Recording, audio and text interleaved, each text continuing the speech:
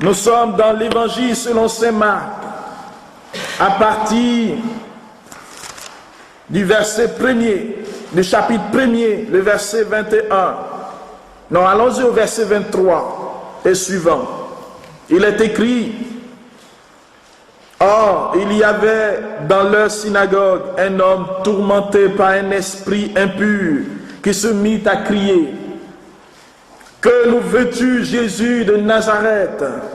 Es-tu venu pour nous perdre? Je sais qui tu es, le Saint de Dieu. Jésus l'interpella vivement: Tais-toi, sors de cet homme.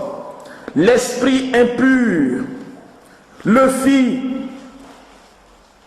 entrer en convulsion, puis, poussant un grand cri, sortit de lui. Ils furent tous frappés de stupeur et se demandaient entre eux: Qu'est-ce que cela veut dire? Voilà un enseignement nouveau, donné avec autorité. Il commande même aux esprits impurs et ils lui obéissent. Sa renommée se répandit aussitôt partout dans toute la région de la Galilée. Frères et sœurs, c'est dans cette présence de Jésus que nous nous tenons ce matin. Jésus, comme dit la lettre de Saint Jean, 1 Jean chapitre 3 verset 8, il déclare ceci, qu'il est apparu pour détruire les œuvres des ténèbres. Et Jean va souligner que celui qui commet le péché, il est du diable. Frères et sœurs, cet homme qui venait dans la synagogue, que nous pouvons assimiler aujourd'hui à l'église, au lieu de la rencontre, de la louange, au lieu où nous venons rencontrer le Seigneur, cet homme était sous le pouvoir d'un esprit impur, un esprit mauvais. Cet homme n'avait pas de liberté, il était esclave de cette entité. Mais voyez que depuis qu'il vient là, il arrivait à se dissimuler et personne ne l'avait chassé ni découvert. Il parlait à Dieu, cet homme, mais l'esprit impur l'avait tenu en esclavage. Nous sommes chrétiens et je suppose que tout le monde est baptisé.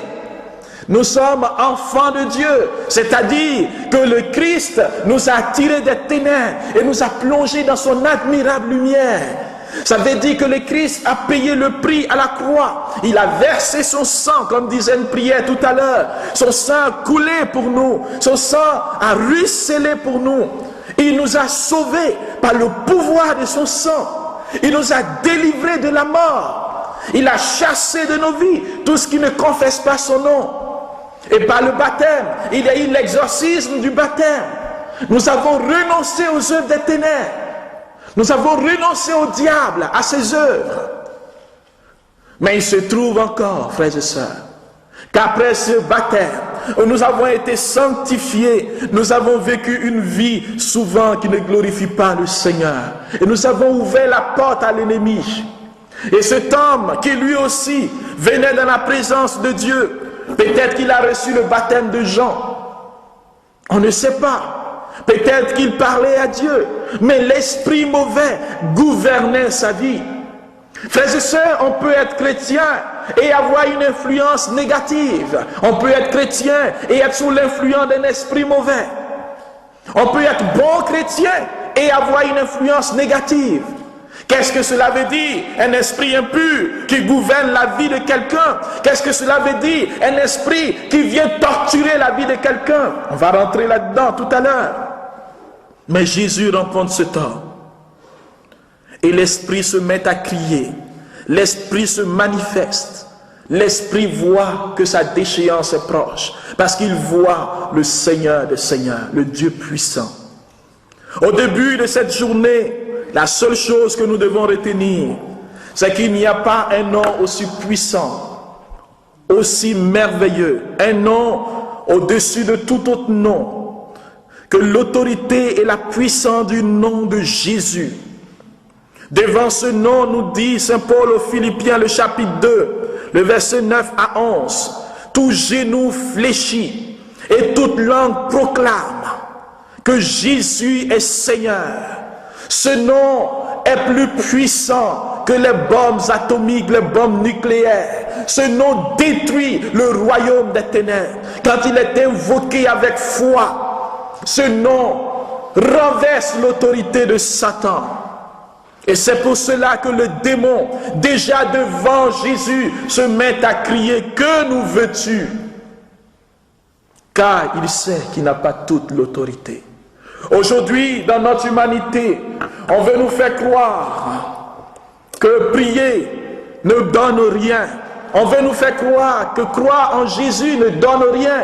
On veut nous faire croire que les démons n'existent pas. On veut nous faire croire que tout ce qui arrive est le fait du hasard. Quand des gens se suicident, quand les gens tuent leurs prochains, quand les gens viennent détruire la vie d'autrui, quand les guerres se lèvent, quand il y a des méchancetés, des divorces, des mésententes, quand le mal se répand dans l'humanité, on veut nous faire croire qu'il n'est pas là. Une stratégie de l'ennemi. Et ici, dans ce texte, justement, Jésus déjà affronte l'ennemi. Et vous voyez, c'est dans le premier chapitre de l'évangile de Marc. Nous sommes au commencement de son ministère. Il affronte l'ennemi. Il est apparu pour détruire les œuvres des ténèbres. Et quand vous allez lire en Luc le chapitre 4, vous allez voir que Jésus, quand il donne le programme de sa mission, il va dire, l'Esprit du Seigneur est sur moi, parce que le Seigneur m'a consacré par l'onction. Il m'a envoyé porter la bonne nouvelle aux pauvres et annoncer aux captifs leur libération, et aux aveugles qui retrouveront la vue, remettre en liberté les opprimés, ceux qui sont opprimés, ceux qui sont enchaînés. Jésus les remet en liberté. Il vient délivrer les captifs. Il vient sauver ceux qui sont esclaves de l'ennemi. Et voici le programme que Jésus lui-même annonce à tous. Luc chapitre 4, verset 18 jusqu'à 19. Il annonce une année favorable, une année accordée par le Seigneur, une année de tous les jours. Et bien aimés, nous sommes dans cette grâce. Jésus est apparu pour détruire les œuvres des ténèbres. Il n'y a pas d'autre puissance plus élevée que la puissance et l'autorité du nom de Jésus. Et dans chacune de vos vies, dans chacune de nos vies, nous devons laisser cette puissance se lever au-dessus de toutes choses. Et ce matin, nous voulons confesser qu'il y a ce seul nom, il y a cette seule autorité qui domine et qui dominera. Et Pierre nous dit en Actes chapitre 4, verset 12, il n'y a pas un nom par lequel nous puissions être sauvés, si ce n'est le nom de Jésus-Christ. Frères et sœurs, je vous en prie, ce nom est puissant. Quand vous priez, que vous invoquez ce nom, ne pensez pas que vous êtes en train d'invoquer n'importe quel nom. Ce nom est puissant. Les sorciers se bouchent les oreilles devant l'autorité de ce nom. Les charlatans ne supportent pas la puissance de ce nom. Le démon ne supporte pas l'autorité, la puissance du nom de Jésus. Quittons le chemin du doute, du désespoir et entrons dans la foi. Mais comment vivre dans cette libération totale, comme dit le Seigneur, si le Christ nous libère, alors nous sommes réellement libres. Je sais que vous avez reçu une bonne formation, une formation solide, une formation catholique. Et c'est bon d'être catholique du bout des doigts, dans le cœur et dans l'esprit. Et c'est dans cette continuité que nous allons essayer ce matin, après cette introduction, d'entrer maintenant dans le vif du sujet. L'Écriture déclare en Éphésiens chapitre 2, versets 1 à 3, la Bible dit ceci: vous étiez morts par vos offenses et par vos péchés, dans lesquels vous marchiez autrefois, selon le train de ce monde, selon le prince de la puissance de l'air et de l'esprit qui agit maintenant dans les fils de la rébellion. Nous tous, nous étions de leur nombre. Et nous vivions autrefois selon les convoitises de notre chair, accomplissant les volontés de la chair, de nos pensées. Et nous étions par nature des enfants de colère comme les autres. Autrefois, frères et sœurs, nous étions dans les ténèbres. Nous vivions loin de Dieu. Nous vivions comme des enfants des ténèbres. Autrefois, notre chair était en révolte permanente contre Dieu. Et l'Écriture dit en Galates chapitre 5, verset 16, les œuvres de la chair, c'est-à-dire la chair, c'est toute la réalité qui s'oppose à la volonté de Dieu. C'est toute attitude, toute pensée contraire à la pensée de Dieu. C'est tout ce qui se lève contre la parole du Seigneur. La chair, ce n'est pas votre corps, votre narine, vos yeux, vos beaux yeux que je vois. Non, la chair, ce sont les convoitises qui sont en nous. Ce que le père de l'Église appelle la concupiscence, c'est-à-dire cet enclin, ce désir de commettre le mal. Et Paul, quand il parle de la chair, il assimile au vieil homme. Je pense que vous avez été formés là-dessus. Le vieil homme qui par nature nous détourne du chemin du Seigneur. Le vieil homme qui nous conduit vers le bas, qui nous conduit à désirer les choses de la chair. Et en nous, frères et sœurs, il y a donc un combat. Et c'est dans ce combat spirituel que ce matin nous voulons plonger. Car quand Jésus se lève contre l'esprit mauvais a eu accès au cœur de ce monsieur parce qu'il y a eu des ouvertures, il y a eu le péché, il y a eu les ténèbres. Alléluia. J'espère que vous êtes là et que vous n'avez pas sommeil ce matin. Car si vous avez sommeil, on va vous réveiller de force. Au nom de Jésus-Christ. Alors, je suis content d'être là, content ce matin de vous voir toutes souriantes et de comprendre que toutes les ressourcées sont au féminin. Que le masculin a été exclu cette année du club des ressourcés. On espère que l'année prochaine, il va y avoir une revanche masculine. Et bien aimés, nous sommes appelés par le Seigneur à choisir la lumière. Parce que si nous choisissons l'obscurité, alors nous ouvrons nos cœurs à l'ennemi. Le péché nous attire dans les ténèbres. Le péché nous installe dans les ténèbres. Les œuvres de la chair, ce sont les œuvres de la mort. Et Saint Jean-Paul II nous parle justement de la civilisation de la mort. Cette civilisation aujourd'hui qui est en vogue. Et Paul, ici, nous dit que nous étions morts. J'étais mort et tu étais mort. Et j'espère que tu n'es pas encore toujours morte, que tu es vivante maintenant. Mais j'étais mort parce que j'étais esclave du péché. Parce que la parole de Dieu n'avait pas d'importance pour moi, parce que prier n'était pas important, c'était le péché. C'était la colère qui dominait mon cœur. C'était la vengeance qui dominait mon cœur, la rancune, la méchanceté. C'était l'impureté, la pornographie, c'était l'adultère, c'était l'infidélité, c'était la fornication. Voici ce qui gouvernait ma vie. Mais le Seigneur est venu grâce à son Fils. Et l'Écriture nous dit en Jean chapitre 3 verset 16, Dieu a tant aimé le monde parce qu'il ne voulait pas que je sombre dans l'obscurité, dans la mort. Et il a donné son Fils unique afin que quiconque croit ne périsse pas, mais qu'il ait la vie éternelle. Frères et sœurs, celui qui ne croit pas, il périt.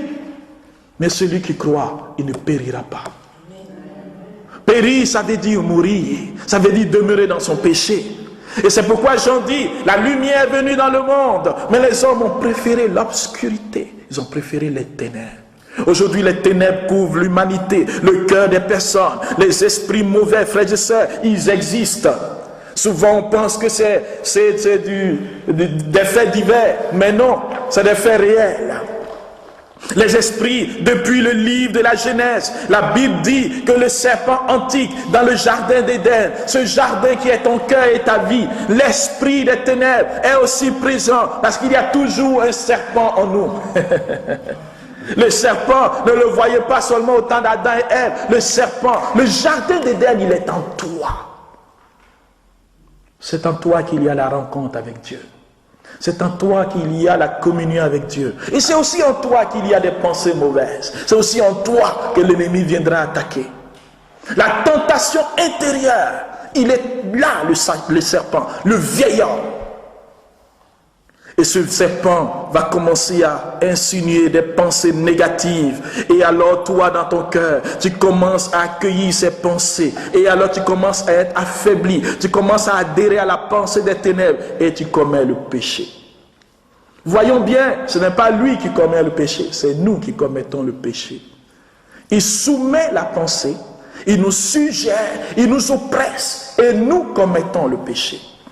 Il est donc bon, frères et sœurs, de comprendre qu'au fond de notre cœur, le Seigneur veut venir instaurer sa gloire pour chasser et détruire le pouvoir des ténèbres. Ah, j'aime les amens ce matin. Et donc, bien-aimés, qu'est-ce qui va se passer dans le livre de la Genèse pour que l'homme ait autorité sur les puissants des ténèbres? Dieu nous donne une prophétie extraordinaire qui pour moi doit être écrite dans les cœurs. Genèse chapitre 3 verset 15. Une prophétie pour toute l'humanité. Et vous les femmes, puisque c'est des ressourcés au féminin, vous avez une mission de permettre à cette prophétie de se réaliser dans notre humanité. Dit le Seigneur, je mettrai Qu'est-ce qu'il dit? Attendez, je vais prendre ma version, parce que ce qui est mis ici, j'aime pas la traduction. Genèse chapitre 3 verset 15. Voilà, je mettrai une hostilité entre toi, le serpent, le prince des ténèbres et toute ton armée, entre toi et la femme, la mère des vivantes, celle qui enfante, celle qui donne la vie à l'humanité. Entre ta descendance, toi les démons, toute ton armée, et la descendance de la femme, c'est-à-dire toute l'humanité, hommes et femmes, nous venons tous de la femme. Celle-ci, la descendance de la femme, il ne faut pas se tromper de descendance. Celle-ci, la descendance de la femme, te meurtrira, c'est-à-dire t'écrasera la tête. Elle piétinera ta tête et détruira ton royaume. Et toi, tout ce que tu pourras faire, tu lui meurtriras le talon. Seulement le talon. Il a seulement accès à ton talon. Oh, gloire au Seigneur, qui ne permet pas que ton cœur soit atteint par le venin. Il ne permet pas que ta tête soit atteinte par le venin. Ni tes narines, ni ta bouche. Mais seulement les talons. Et ce talon, frères et sœurs, avec ce talon, toi, tu écraseras sa tête, tu fermeras son museau, tu fermeras sa gueule, tu fermeras ses yeux, tu fermeras ses narines, tu piétineras sa tête et tu auras autorité sur lui. Alléluia! Il est vivant, notre Seigneur. Et cette parole, frères et sœurs, depuis le livre de la Genèse, s'accomplit aujourd'hui et s'accomplira encore demain, car elle vient de Dieu. C'est Dieu qui a parlé. Le livre d'Isaïe, le chapitre 55, nous dit ceci: la parole de Dieu ne sort pas de la bouche du Seigneur et ne revient jamais à lui sans accomplir ce pourquoi elle a été envoyée. Et cette parole, frères et sœurs, nous dit Paul, Hébreux chapitre 4 verset 12, elle est vivante, elle est puissante. Cette parole, elle est vraie. Dieu dit que tu meurtriras la tête du diable, des démons. Alors, frères, sœurs, d'où vient notre peur? D'où viennent nos hésitations? D'où vient notre crainte? D'où vient toutes ces ouvertures que nous avons faites à l'ennemi? Première chose, l'Écriture dit dans le livre d'Osée que mon peuple périt faute de connaissance. L'ignorance. Premier point. Notez cela. L'ignorance. L'ignorance, j'allais dire, c'est la mère de tous les maux spirituels. Car si Dieu dit que son peuple périt faute de connaissance, cela veut dire périr, c'est-à-dire mourir, ne pas connaître. Et quand on dit connaître, on va aller dans le latin, c'est naître avec. Connaître. Naître, con, ça veut dire avec. Donc naître avec. Donc la connaissance de Dieu, c'est naître avec la pensée de Dieu. C'est une naissance continuelle dans la volonté de Dieu, dans la révélation du Seigneur. Alléluia. Vous êtes formés catholiques, on va vous parler catholique ce matin. Si le peuple périt faute de la naissance nouvelle, cela veut dire que le peuple s'est séparé de Dieu. L'ignorance a séparé ce peuple de Dieu. Le péché est le lieu de séparation qui fait que la connaissance de Dieu est brisée en nous. Ce matin, frères et sœurs, nous devons renoncer à nos péchés. Le salaire du péché, c'est la mort. Vous voyez, je parle beaucoup de mort depuis. Parce que la mort, l'instrument de mort ou l'auteur de la mort, c'est Satan. La mort est entrée dans le monde à cause du péché. Quand Dieu a créé Adam et Ève, il nous avait créés pour la vie éternelle, dans la pureté, dans la beauté. Le désir de Dieu, c'était cela. Mais c'est à cause du péché, la mort toujours, à cause du diable. Et ce matin, frères et sœurs, je ne suis pas en train de vous dire que le diable est partout et qu'il est tellement puissant. Je veux vous dire que dans ce combat spirituel, nous avons à renoncer au péché. On ne peut pas servir Dieu à foi et prière dans ce mouvement ecclésial catholique. On ne peut pas être appelé par le Seigneur si on ne quitte pas notre péché. L'évangile nous dit, l'évangile de Luc, le chapitre 9, versets 23 à 24. Si quelqu'un veut me suivre, qu'il prenne sa croix, qu'il renonce au péché et qu'il me suive. Je ne l'ai pas mis dans le bon ordre. D'abord, il faut renoncer au péché. Ensuite, prendre sa croix et suivre le Seigneur. Il faut renoncer au mal. Frères et sœurs, ici, ce n'est pas une fraternité, un club de soutien, de sympathie. Ce sont des personnes qui confessent Jésus-Christ comme Seigneur. Ce n'est pas un lieu où on vient faire du commérage, où on vient voir qui est qui, où on vient voir ce qui se passe, même si ça peut arriver à foi et prière. C'est le lieu où on laisse la gloire de Dieu descendre dans nos vies. C'est le lieu où nous témoignons de Jésus parce que nous l'avons rencontré. Il s'agit d'un appel. Je pense que vous avez été instruit sur l'appel.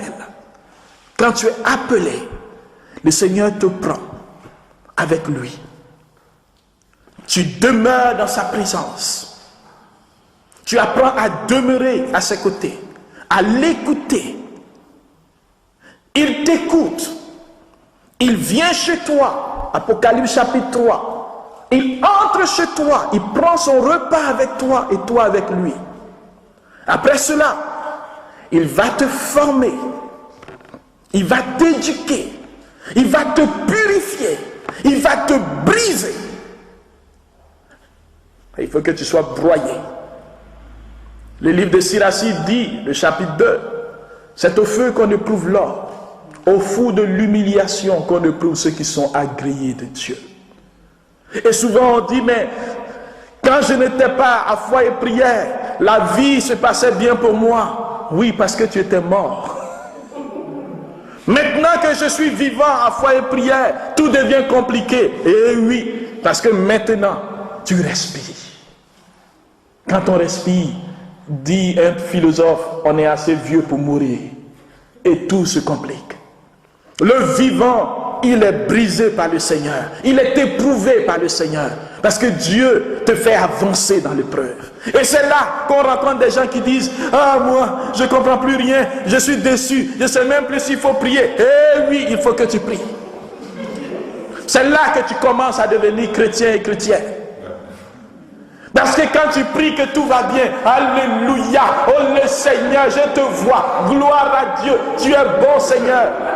Doucement, tu es sur les nuages. Dieu ne va pas te laisser sur les nuages, sinon tu vas avoir du vertige. Il faut que tu descendes. Et quand les gens font une descente brutale, alors ils disent, ah, le Seigneur, je ne te sens plus. Tu es où? Tu m'as oublié. Tu n'as pas oublié. Il faut que tu comprennes que la vie spirituelle, ce n'est pas du sentir, c'est la foi. Nous ne sommes pas un groupe de senteurs. Je ne sais pas si ça existe. Ça doit exister quelque part, dans un peuple. Alors on n'est pas là pour sentir. Et Paul dit, nous ne vivons pas selon les sens, mais nous vivons selon la foi. Frères et sœurs, nous devons renoncer au péché, parce que c'est la foi qui nous permet de nous accrocher à Dieu. Ce monde nous présente des choses agréables. Qui dit que, enfin, pour notre frère qui est marié, qui dit, ou ceux qui sont mariés, l'infidélité, est-ce que c'est amer?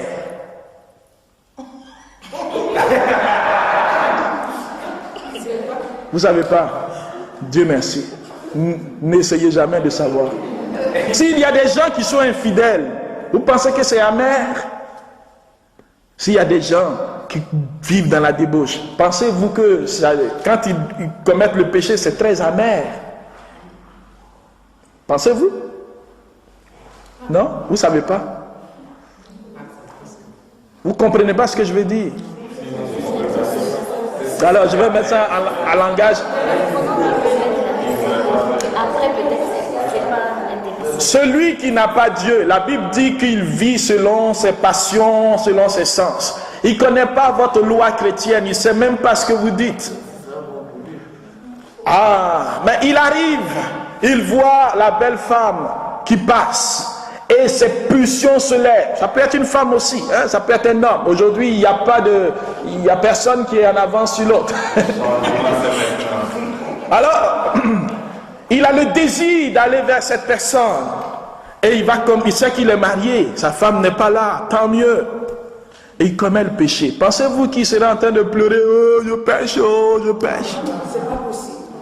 Il sera content. Il va dire, ah, c'est un bon coup que je fais. Ma femme ne sera jamais au courant. Parce qu'au fond, le péché que le diable nous présente est bon pour la chair. Le péché est bon pour la chair. Quand tu insultes quelqu'un parce que tu es en colère, c'est parce qu'au fond de toi, tu es rempli, tu dis, il faut que je me défoule quand je vais lui parler. Et puis vous avez une sensation de bien-être. Ah, j'ai dit ce que je pense. Pour qui se prend-il? Ah, je lui ai dit ce que je pense. On ne marche pas sur mon pied. Et vous vous sentez bien. N'est-ce pas? Il y a un bien-être qui s'installe. C'est plus tard que votre âme va crier, tu m'as souillé. Et c'est là que la tristesse vient. On dit, ah, j'ai fait quelque chose qui est mauvais. En nous, il y a un combat entre la chair et l'esprit. Toujours, la chair se réjouit.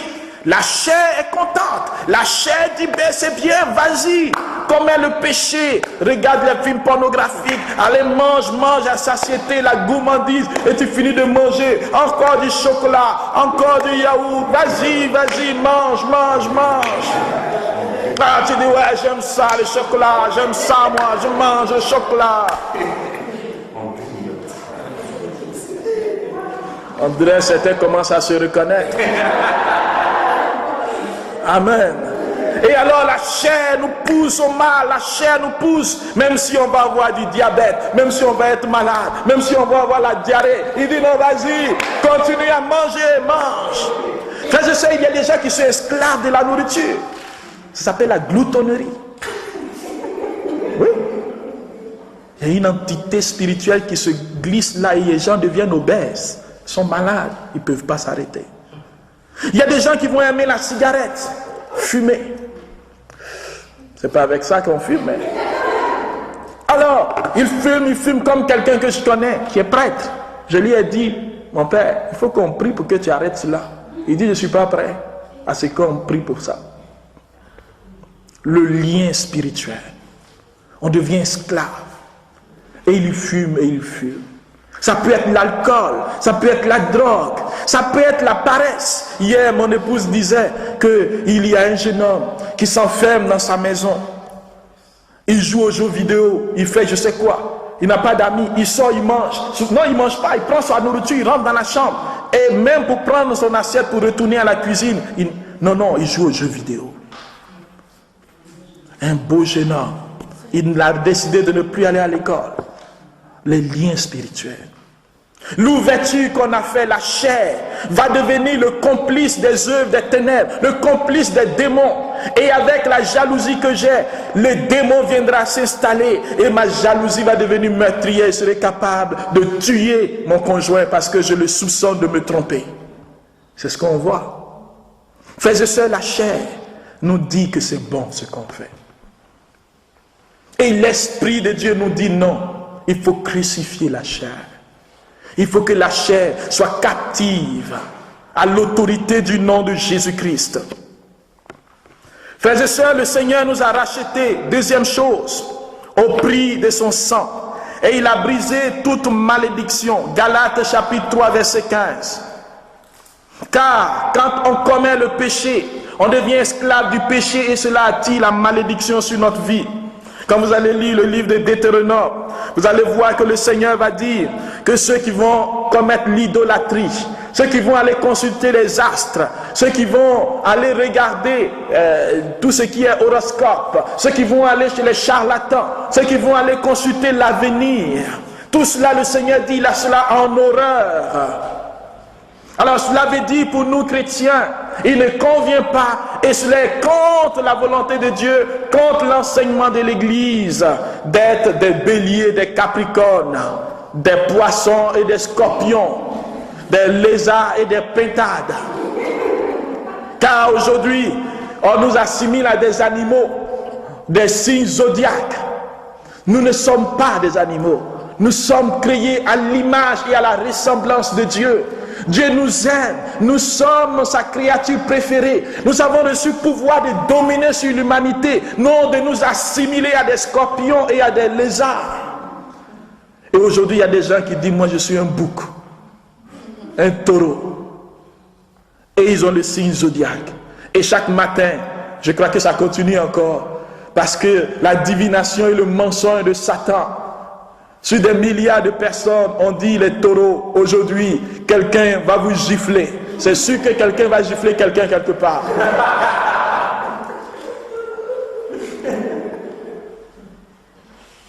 On dit les poissons, aujourd'hui, quand vous allez vous lever, faites attention, vous allez trouver votre amour. Et les gens vont s'asseoir au parc pour lire parce qu'ils vont trouver l'amour. Jusqu'au soir, ils n'ont trouvé personne. Ils vont dire peut-être je n'étais pas à la bonne place. Il faut que je change de direction.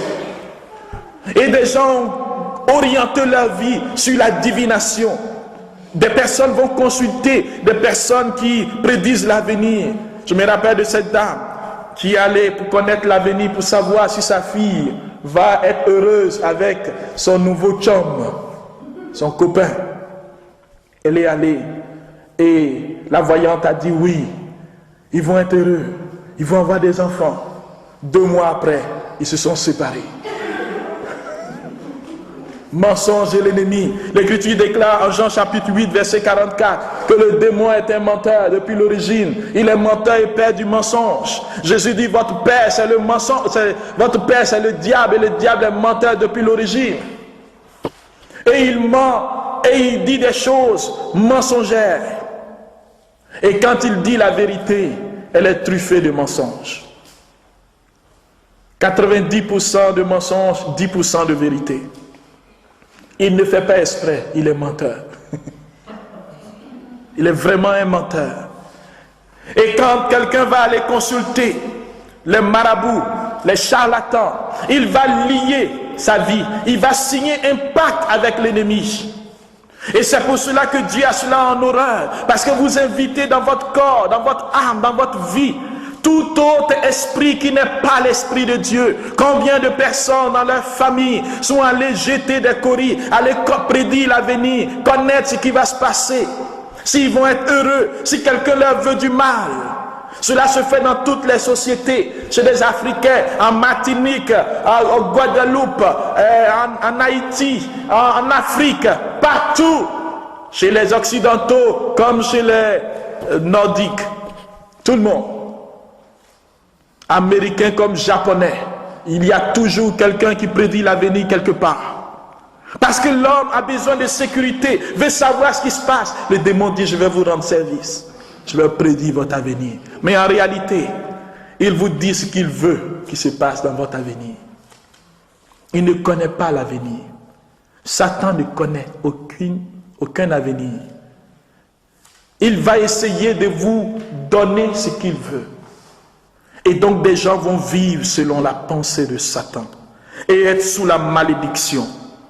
Quand on est allé adorer des fétiches, on leur a demandé la protection. Les fétiches, ce sont ces entités qui de manière subtile se cachent derrière la nature et qui donnent un pouvoir. Et souvent il y a quelqu'un qui est dépositaire de ce pouvoir et qui a l'autorité de recevoir les sacrifices. Donc on a peut-être un tas de beaucoup de choses et on dit que ce sont les fétiches. Mais en réalité, ce sont des esprits qui sont cachés, qui veulent recevoir un culte d'adoration. Et dans des familles, il y a encore des fétiches. On va tuer des poulets, on met le sang, et ça danse autour comme des zombies. Et on dit aux fétiches, protège-nous. C'est un lieu de malédiction. La malédiction, c'est dire du mal. Diction. Malédiction. La malédiction, c'est dire du mal, ou du moins se recevoir le mal, pas le dire. Donc ce mal qui vient par les propos qui vont être dits, par les incantations, par les sacrifices, ce qui est dit, ce qui est fait, qui vient habiter chez nous et détruire notre vie. Plusieurs chrétiens souvent sont sous le signe de la malédiction parce qu'ils sont allés voir chez les charlatans. Il y en a d'autres qui ont vécu une vie de débauche. Et vous savez que quand on vit une vie de débauche, on lie son âme à la personne. Et il y a comme un échange. Et souvent on hérite des entités. C'est pourquoi le Seigneur dit, celui qui s'unit à la prostituée devient un avec la prostituée, avec l'esprit de la prostituée, l'esprit de l'impureté. Regardons dans nos vies tout ce que nous avons fait en dehors du mariage. Toutes ces aventures. Tous ces lieux où la chair nous poussait à regarder les yeux de cet homme, à dire il est gentil, il m'aime, c'est lui. Et je suis allé faire ce que je ne devais pas faire. Je me suis placé sous la malédiction. Et souvent on dit tout le monde fait ça de nos jours. La chasteté, la pureté, c'est pour ton bien. C'est pour ton bien, pour que ton âme soit pure. Alors, nous sommes appelés, frères et sœurs, à entrer dans l'alliance du Seigneur, l'alliance qu'il a faite par son sang, par sa mort sur la croix, l'autel du sacrifice. Il nous appelle à renoncer à toute autre alliance. Des familles où aujourd'hui, nous ne sommes plus en train de faire alliance, mais l'alliance continue. Nos parents continuent à faire des sacrifices, à aller voir les devins et les marabouts. Et ils continuent même à citer notre nom. On dit Chantal, protège Chantal. Et Chantal est à Paris. Elle est en train de dire Seigneur, merci. Et le démon dit, ah Chantal. C'est pour cela que nous devons continuellement demander au Seigneur de libérer nos vies de toute influence négative. Il y a des liens ancestraux. Nos ancêtres ont signé des pactes. Ils ont dit, protège Chantal. Toute ma descendance, y compris Chantal, qui viendra dans 20 ans. Et 20 ans après, Chantal apparaît. Et elle est contente. Elle crie. Elle loue le Seigneur. Mais elle ne sait pas que son nom a été donné à une entité. Les liens ancestraux. On va voir dans des familles les gens qui ne se marient pas, les gens qui ne sont pas heureux, les gens qui n'ont pas la santé. Il y a des gens qui ont des maladies même héréditaires. Il a eu mal aux yeux, toi aussi tu as mal aux yeux, ton enfant il est tout petit, il a mal aux yeux, et tout le monde a mal aux yeux. Je connais une famille où ils ont mal à la tête. Tout le monde a mal à la tête. Ils prennent des médicaments, mais tout le monde a mal à la tête. Il y en a, ils ont mal au dos. Tout le monde. C'est comme tout le monde a mal au dos. Et la médecine ne peut rien faire. Frères et sœurs, des maladies héréditaires découlent de malédictions. Il y a des gens qui ont tous des fibromes et des kystes dans leur famille. Il y a des hommes, eux, c'est au niveau de, comment ça s'appelle ça non, pas prostate, c'est-à-dire qu'ils n'arrivent plus à avoir l'érection. Comment ça s'appelle ça? L'impuissance. À 40 ans, 45 ans, c'est terminé. Tout le monde. Et il y en a qui ils vont dormir. Là, je parle un peu des œuvres des ténèbres. Ils dorment et il y a ce qu'on appelle les esprits d'impureté. 2 points. Les maris de nuit, femmes de nuit. C'est plus simple à comprendre. Et souvent on dit non, c'est un rêve, c'est qu'un rêve. Non, c'est pas qu'un rêve. Souvent ce n'est pas qu'un rêve. On a des rapports sexuels en rêve. On se voit en train d'avoir des rapports continuellement.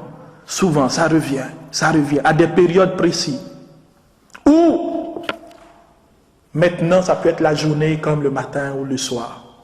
Je connais quelqu'un qui, l'esprit, elle a commencé en rêve. C'était un jour. Ça a commencé à être plusieurs fois dans la semaine. Et maintenant, dans la journée, quand elle est éveillée, elle sent la sensation et elle atteint l'orgasme. Même si vous êtes là. Parce que l'esprit d'impureté est venu. Il y a une excitation qui arrive au niveau de ses appareils génitaux de manière subite. Comme si quelqu'un était caché là-bas et était en train de le faire. Et elle aimait ça. Et ce qui était dangereux, c'est qu'avec son mari, elle avait commencé à être frigée. Elle ne ressentait plus rien. Elle trouvait plus de plaisir. Et elle désirait cela. Au lieu de renoncer, elle désirait, elle aimait cela. Elle ne savait pas qu'il s'agissait d'un esprit mauvais. Et le jour qu'on a prié, frères et sœurs, l'esprit dit, moi je suis là et je reste là. Et elle aime ça. Et la sœur aimait cela. On lui a dit, renonce. Elle a dit, mais frère, je ne savais pas, il n'y a rien de mauvais. Renonce. Souvent c'est tellement bon que ça vient compenser des frustrations. Renonce. Des insatisfactions. Renonce. Combien de femmes vivent des insatisfactions au niveau sexuel avec leur mari, sous le pouvoir des ténèbres, la malédiction. Il y en a qui disent c'est pas grave, on fait comme ça, c'est pas grave. Il y a d'autres qui vont dire c'est pas grave, je vais me donner moi-même du plaisir. L'esprit de masturbation entre dans des familles, dans des foyers. Je ne vous parle pas de célibataires, je vous parle de couple. Parce que l'esprit d'impureté, la malédiction, l'adoration de la famille, l'entité vient de manière subtile. Il y a des femmes qui n'arrivent pas à concevoir à cause des pactes qui ont été faits, qu'il faut briser ce matin. Il y a des gens pendant qu'on prie, ils sentent des présences dans leur ventre qui bougent. Une fois je priais pour quelqu'un, son ventre bouge comme les vagues de la mer. Et vous savez que ce n'est pas ça, qu'il y a quelque chose qui règne là. C'est là, frères et sœurs, que nous devons détruire les liens ancestraux, les malédictions et les lieux, les péchés où nous sommes entrés. Et ce matin, le Seigneur veut nous affranchir. Il veut nous délivrer de la mort. Il veut nous délivrer de toutes ces réalités qui sont contraires à sa volonté. Frères et sœurs, quand Jésus, il vient pour détruire les œuvres des ténèbres, c'est parce que Jésus veut instaurer sa gloire. Et aujourd'hui, le démon s'est levé pour détruire la faveur de Dieu dans la vie de l'homme. Et comme vous êtes des femmes, je vais vous dire que votre corps est le temple de l'esprit. Ce n'est pas un instrument de séduction. Ce n'est pas un instrument de manipulation.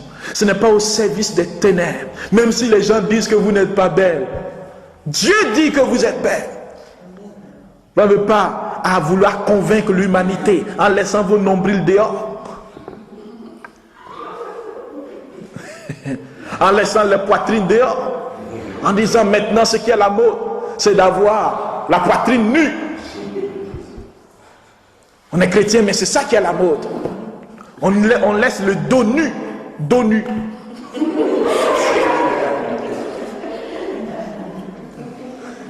Frères et sœurs, le Seigneur compte sur vous.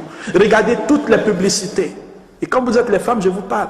Ayez un cœur de compassion. Même quand on fait publicité de l'eau, les gens sont nus. Là, quand on dit parfum, ils sont nus et ils s'embrassent. Dans tous les films, on s'embrasse quelque part. Et il y a toujours un moment où il y a l'acte sexuel. C'est simulé, c'est vrai, mais tout est mis en marche pour qu'on ait l'impression que c'est vrai. Dans tous les films, aujourd'hui, on parle de sexualité. Et aujourd'hui, tout ce qui est sexualité, impureté, marche plus que ce qui vient pour attirer la personne vers le haut. Il est important que la femme retrouve sa mission première. Ta descendance écrasera la tête de Satan. Et Jésus a donné autorité pour détruire les œuvres des ténèbres. Il dit, je vous envoie, baptisez, imposez les mains aux malades, chassez les démons. Tout ce que vous aurez lié sera lié. Tout ce que vous aurez délié sera délié. Nous avons reçu l'autorité par notre baptême d'entrer dans ce combat, non pas avec une mentalité de personnes vaincues, mais en étant des vainqueurs. Et cela, si je retrouve cela, 1 Jean, il nous parle de cela. Je crois que c'est au chapitre 4.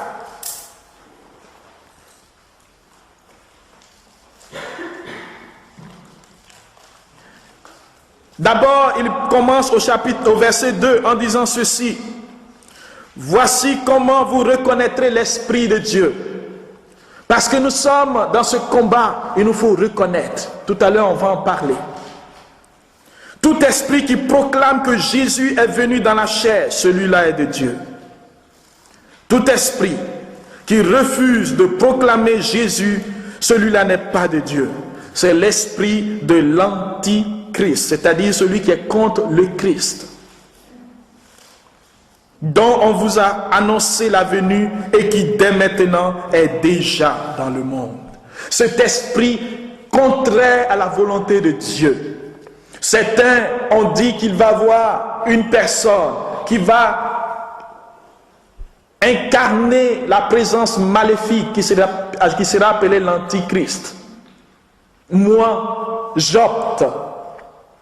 Et je pense, même si cette personne devrait venir, j'en sais rien. L'enseignement de l'Église n'est pas clair à ce niveau.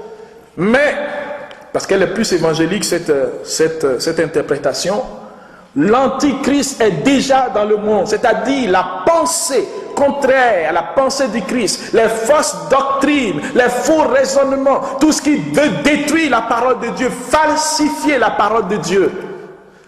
Et tout ce qui nous dit de ne pas croire en Dieu, tout ce qui nous décourage dans notre foi, cet Antichrist, l'esprit de ce monde, l'esprit des ténèbres est déjà là. Celui qui refuse que nous puissions croire que Jésus est venu dans la chair. Frères et sœurs, nous le reconnaîtrons, car l'Esprit de Dieu n'est pas en lui. Il ne confessera pas l'Église, il ne confessera pas la Vierge Marie, il ne confessera pas la parole de Dieu. Celui-là, c'est l'esprit de l'Antichrist. Il y a plusieurs religions comme ça, des personnes qui disent qu'elles sont chrétiennes, mais qui ne le sont pas. Les témoins de Jéhovah ne sont pas des chrétiens. Les Mormons, les saints des derniers jours, ne sont pas des chrétiens. Ils parlent de Jésus qui est fils de Dieu, mais ils parlent du retour de Jésus aux États-Unis. Ils ont prédit plusieurs fois son retour, alors que la parole de Dieu nous dit, personne ne sait ni l'heure, ni le jour où le Fils de l'homme reviendra. Des personnes qui sont dans la Rose-Croix, qui vont chercher des pouvoirs, mais qui disent qu'ils sont chrétiens. Des personnes qui sont dans la franc-maçonnerie, et Kanka, qui pratiquent du Reiki, le yoga poussé, l'hindouisme, le bouddhisme, toutes ces religions. Il faut faire attention. Et tous ces évangéliques qui polluent, qui pilulent un peu partout, et les prophètes des nations qui arrivent, il faut discerner. Ne vous faites pas imposer la main n'importe comment parce que quelqu'un dit qu'il est prophète. Parce qu'il y a plusieurs qui ont signé des pactes avec Satan pour avoir des pouvoirs. Pour pouvoir dire l'avenir, pour dire ce qui vous est arrivé.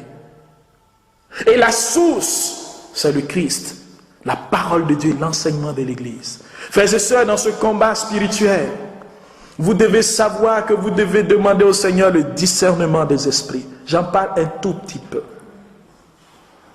Discerner, c'est être en mesure de reconnaître l'esprit qui vient de Dieu et l'esprit qui vient du mal. Reconnaître et faire la séparation entre ce qui est de Dieu et ce qui est du mal.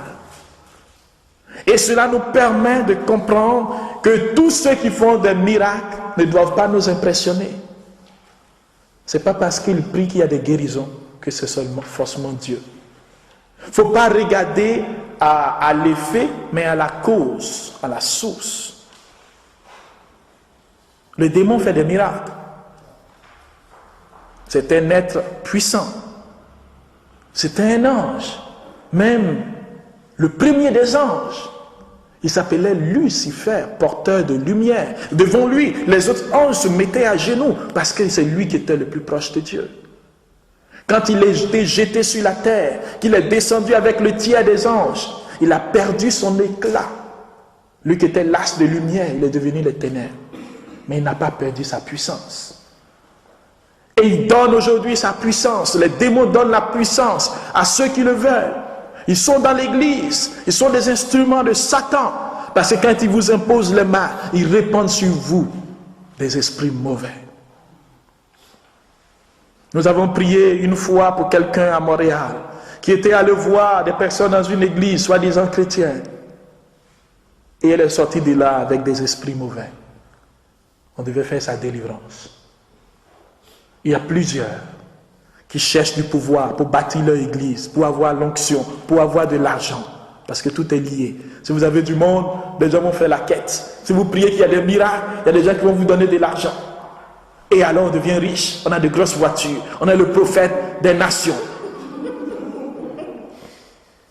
Et prophète des nations, c'est un grand titre. Prophète international. Et son église est remplie. Et il va construire son église, il a des sponsors. Mais la source de son pouvoir est démoniaque. Même s'il dit Jésus, même s'il a la Bible, il peut avoir signé un pacte. Alors il est important de faire attention.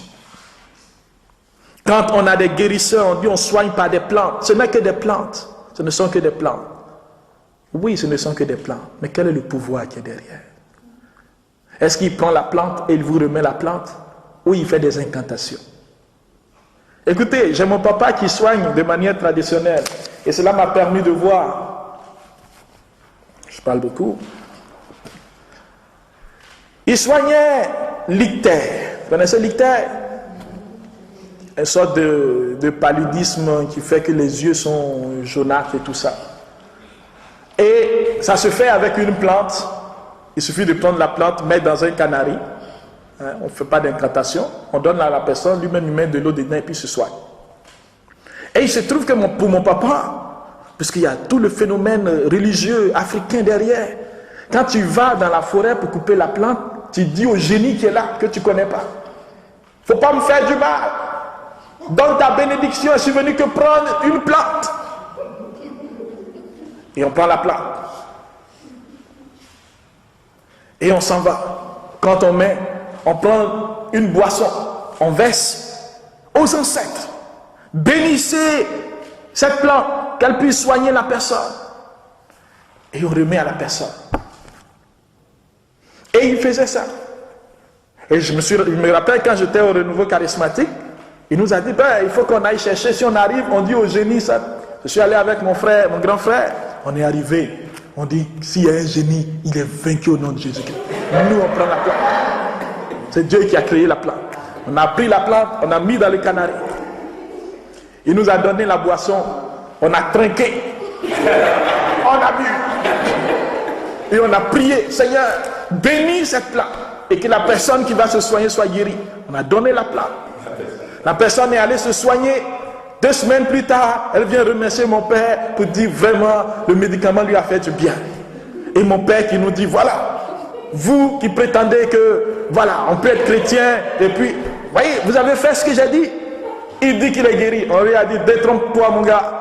Nous on a trinqué, on a bu et on a prié. Et le génie, on lui a dit d'aller se faire voir. Pour dire que Dieu nous donne la science. Et ça, c'est l'un des mots au niveau de l'Afrique et de plusieurs cultures. On a associé tout ça aux entités. On les a invités à venir prendre le contrôle de notre connaissance. Il faut délivrer nos cultures du pouvoir de l'ennemi. Alors, vous les petits enfants, vous êtes de Dieu et vous avez vaincu ces gens-là, l'Antichrist et son royaume. Vous les avez vaincus. Frères, nous avons la victoire de marcher sur les serpents et les scorpions. Nous avons la victoire de détruire les œuvres des ténèbres. Il faut d'abord, premier point, savoir que nous sommes enfants de Dieu et que Dieu nous protège. Par notre baptême, nous appartenons à la famille de Dieu, nous sommes protégés. Nous n'avons pas peur.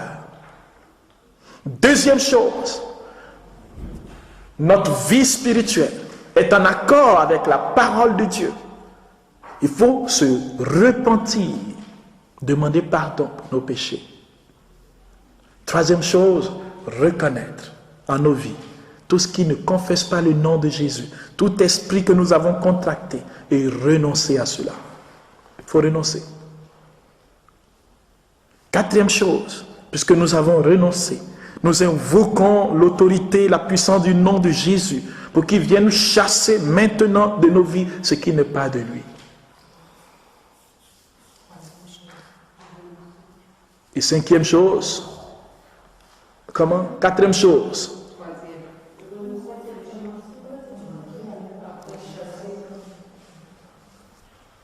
Ah, moi je ne sais plus, mais en tout cas, cinquième chose. Nous confessons que Jésus est notre seul Seigneur et nous proclamons notre délivrance. Vous savez, aux États-Unis, quand on a aboli l'esclavage pour nos ancêtres, après l'abolition de l'esclavage, 10 ans après, il se trouve qu'il y a encore des personnes d'origine africaine qui continuent à vivre comme des esclaves.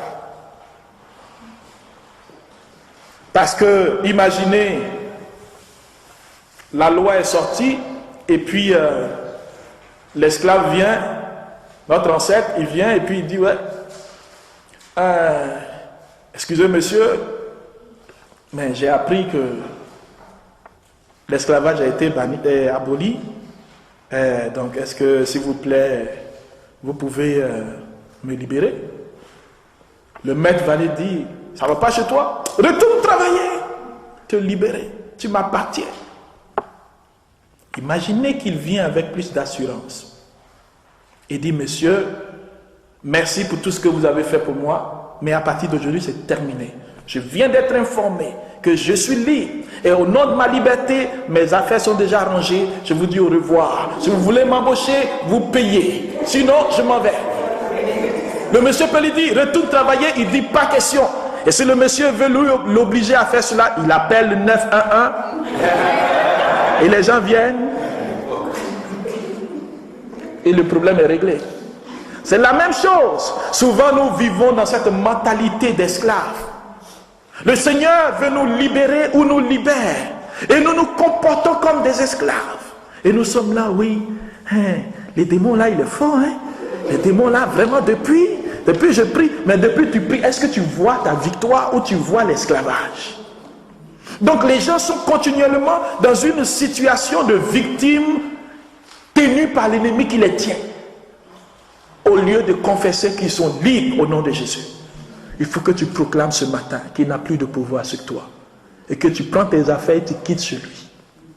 Ou du moins c'est lui qui prend ses affaires et il quitte chez toi. Mais tu ne peux pas dire, oui, Seigneur, depuis j'ai pris, l'esprit là, il a attrapé mes orteils, il ne veut pas laisser mes orteils. Aujourd'hui, tu lui dis, tu quittes et tu laisses mes orteils. Nous avons le pouvoir de briser, de détruire les œuvres des ténèbres. Et il y a des gens qui se voient souvent dans un cercueil, à des funérailles. Il y a quelqu'un ici qui a fait un songe et qui se voyait comme dans un funérail, dans des funérailles. Et les gens, ils mangeaient. Et il y avait comme un mort. Je ne sais pas qui c'est. Il y avait comme un mort qui était là. Et tu n'as jamais pensé que peut-être il pouvait s'agir de toi. Mais en fait, les gens ont proclamé, ils ont prévu ta chute et ta mort. L'esprit de mort. Et le Seigneur veut te libérer, te faire sortir de ce lieu de mort pour te donner la victoire. Et ce matin, tu dois proclamer que ce n'est pas toi qui meurs. C'est eux qui vont mourir. Parce que tu es vivante au nom de Jésus. Parce que tu es plongé dans le sang de Jésus. Personne ne peut te tuer. Ce matin, nous voulons proclamer que Jésus nous a affranchis. Et il y a plus de 2000 ans. Et ce qu'il a fait est actuel aujourd'hui. Aucun esprit ne peut aller contre. Mais ils vont essayer de résister. Parce qu'eux, ils veulent s'opposer à la parole de Dieu. S'opposer à la parole. Donc s'opposer à ce que Dieu a dit. Donc ils vont dire non, on ne va pas. Même s'il a fait, on ne veut pas quitter. Mais toi, tu dois dire, tu es vaincu. Et tu partiras. Car mon corps est le temple de l'esprit. Je vais arrêter par ici.